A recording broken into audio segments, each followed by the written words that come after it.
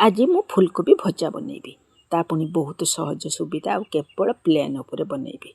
Video जदि मुझे भल लगे लाइक करिवो शेयर करिवो चैनल जदि नुआ सब्सक्राइब करने को भूलबनी। कड़ई बसई नहीं कि गोटे चामच तेल दे दीजिए।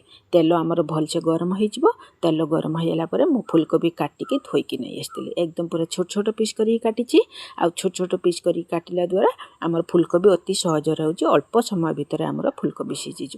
फुलकोबी तेल दे सारापर फुलकोबी को तेल दे सारापर आम कौन करवा ना से स्वाद अनुजाई लुण आ हलदी गुंड टे देदेबा। लुण हलदी गुंड दे देकी आम हूँ कौन करवा ना फुलकोबी की तेल सहित भलसे हूँ मिसाई नवा।